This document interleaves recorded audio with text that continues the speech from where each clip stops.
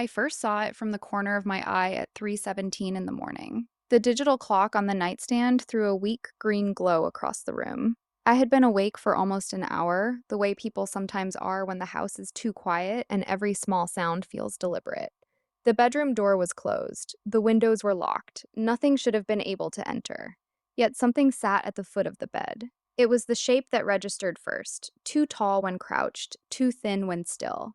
Pale skin the color of old paper stretched over a frame that did not look fully human.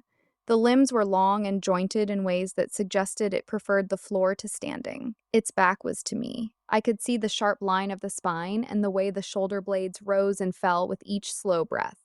I did not move. I did not speak. I simply watched the pale shape while the seconds on the clock advanced one by one.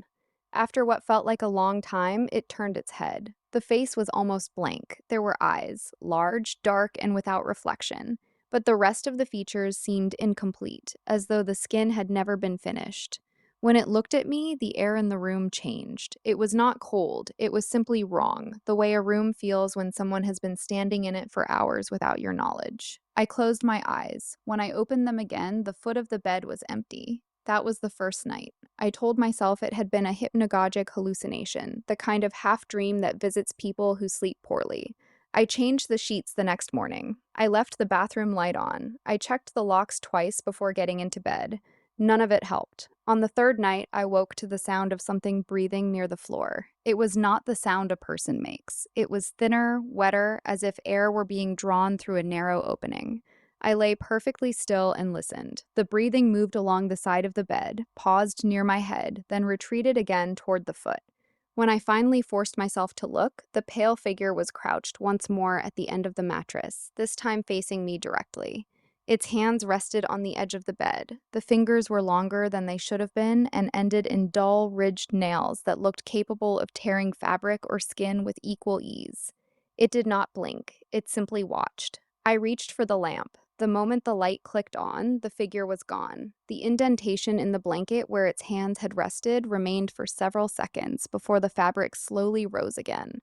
I stopped sleeping in that room. I moved to the living room sofa with every light in the house left on. For 2 nights, nothing happened. On the third night, I woke to find the pale shape sitting in the armchair across from me, knees drawn up, head tilted, those empty eyes fixed on my face. It did not move when I sat up. It only continued to watch, the way a patient animal watches something it has already decided belongs to it.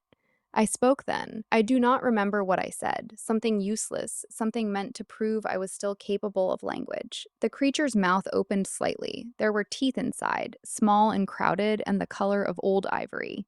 No sound came out. It simply held the expression for a moment and then closed its mouth again. After that, I began leaving the house at night. I drove until the sky lightened, parked in empty lots, and returned only when the sun was fully up. The house waited. The rooms felt occupied even when they were empty.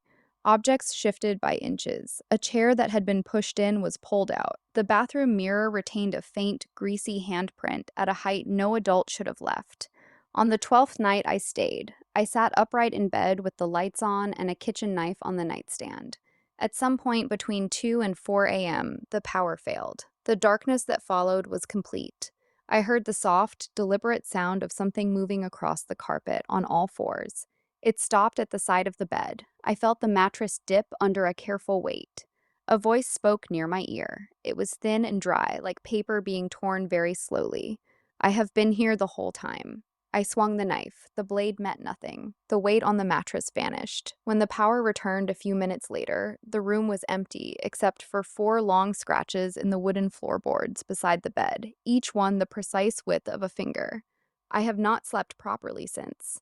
The creature does not always appear. Some nights the house is morely quiet. Other nights I wake to the certainty that something is sitting in the dark, watching the rise and fall of my chest, waiting for the moment I forget to keep my eyes open. I have stopped checking the foot of the bed. Looking only confirms what I already know. It is patient. It does not need to attack.